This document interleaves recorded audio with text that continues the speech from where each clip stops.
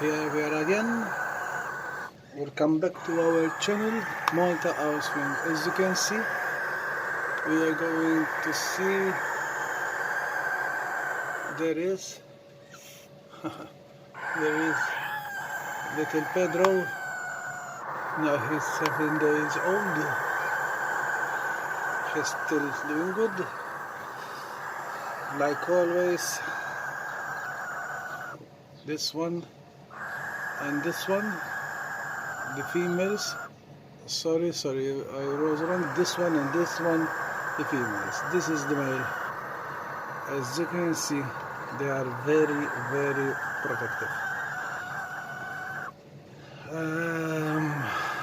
I will say that if you put your hand there, it's a little bit dangerous because they can bite you, or they will, with their talons, they will scratch your hands. That's why I'm using this one. And there he is. Hope you enjoy your video, and we invite you to continue to watch our YouTube channel, Malta House Friends. It will be great if you can share and like or leave the comments in our YouTube page. Thanks for watching us.